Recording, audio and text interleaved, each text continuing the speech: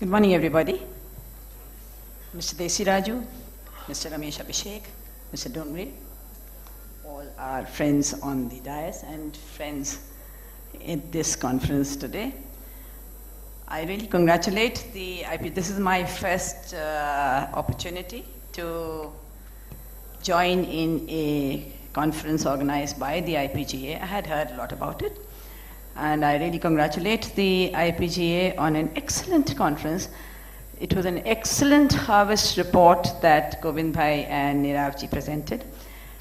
I would love to compare some of the information and data that they have presented with the data that the Department of Agriculture and Cooperation has been putting out, but that would be a longer exercise, and maybe I would invite Niravji to share his findings with us and do a brief comparative assessment so that we get a sense of where you are going and where we are going, and where, if any, is the divergence between us and reasons for that. That would be an interesting exercise for us, it would be an interesting exercise for you, and it would be a learning opportunity for both of us.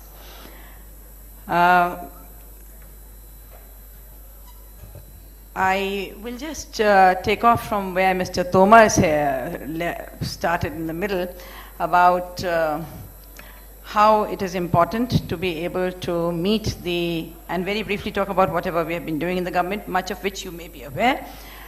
What he said was that there have been studies which have assessed that we need about 32 per year by about 2030, by about 2030. And today our demand is about 22 to 24, and our production is in the region of about 20 million tons.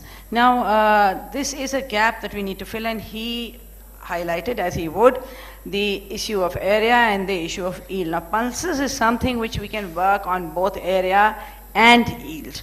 And that is what government has been trying. It has been trying to bring together the area and yield aspects and work together on them. 2014-15, as we all know, has been a very, very challenging year. For various reasons, the Kharif rains were delayed, the Kharif rains were deficient. The Rabi, at the time of ripening and at the time of harvest of crop, has suffered some unseasonal rain.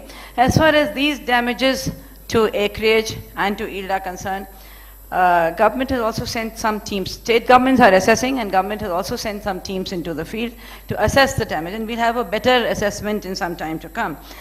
But speaking in terms of area, what is it that the government has been doing to promote the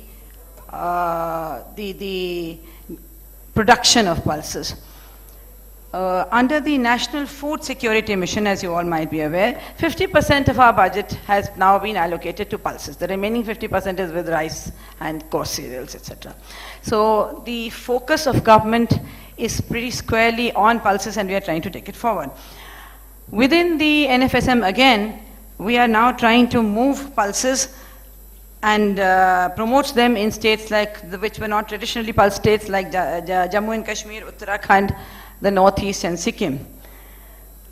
In terms of area, a lot of effort under NFSM demonstrations is being placed on encouraging farmers to take up intercropping of pulses with oil seeds, with cotton, with coarse cereals.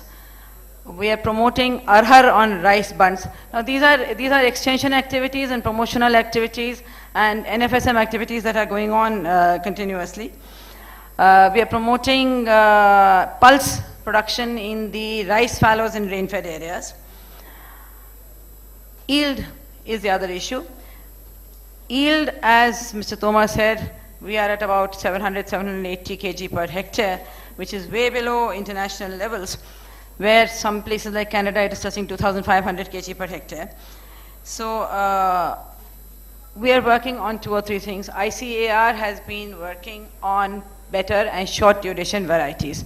So recently we are promoting some 55 to 60 day variety which ICAR has come out with. We are promoting seed treatment. We are promoting in the south, there are some states which have shown that transplanting of pulses has raised, maybe Nirav would have a better idea of that, has raised yield levels by 1.5 to 2 times. So work is being done on that aspect also.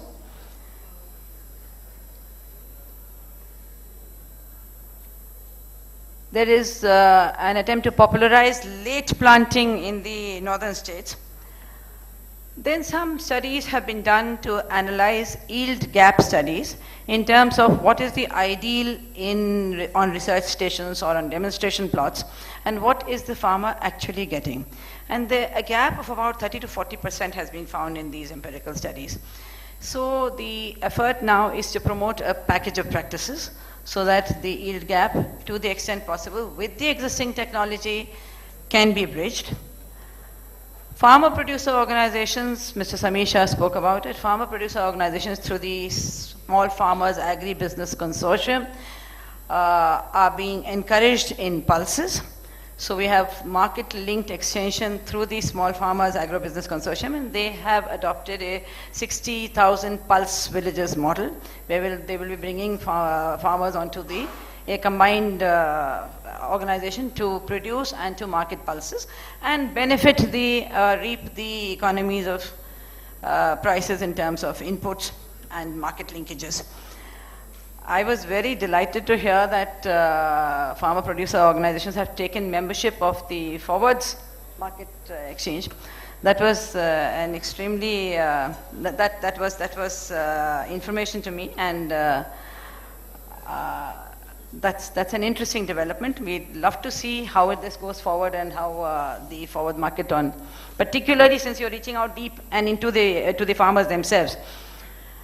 There is a lot of excitement on the creation of the unified market, national market, which has been spoken of in the economic survey, which has been spoken of in the budget for the current year. And a task force has been set up by the Government of India, which is looking into the Karnataka model and other similar things, and working on the modalities of how this can go forward.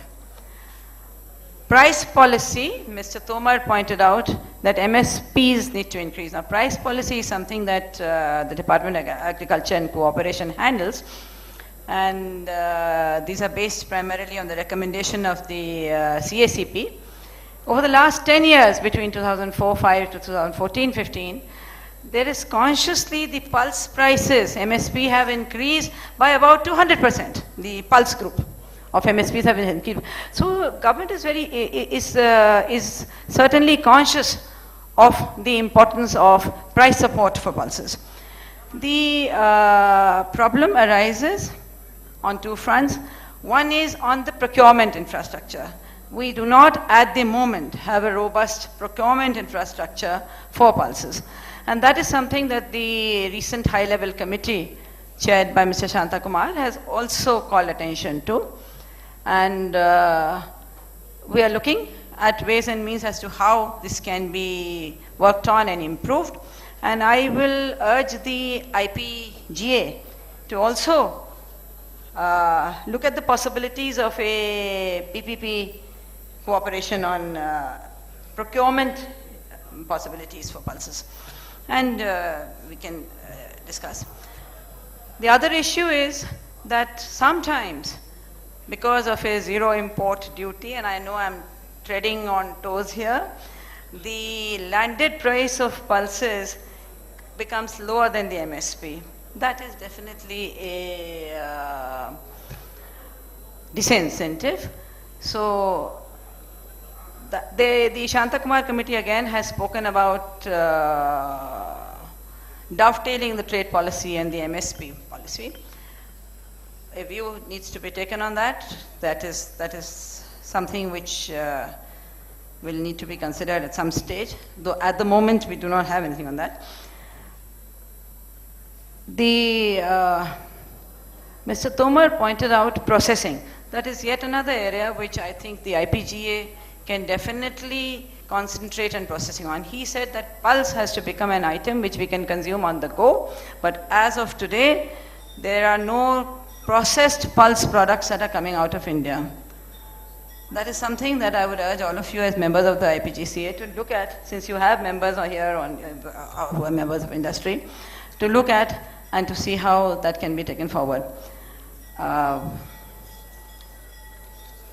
That about is what I would like to share with you at the moment, and I'm happy if you have any questions or issues to ask. Thank you so much.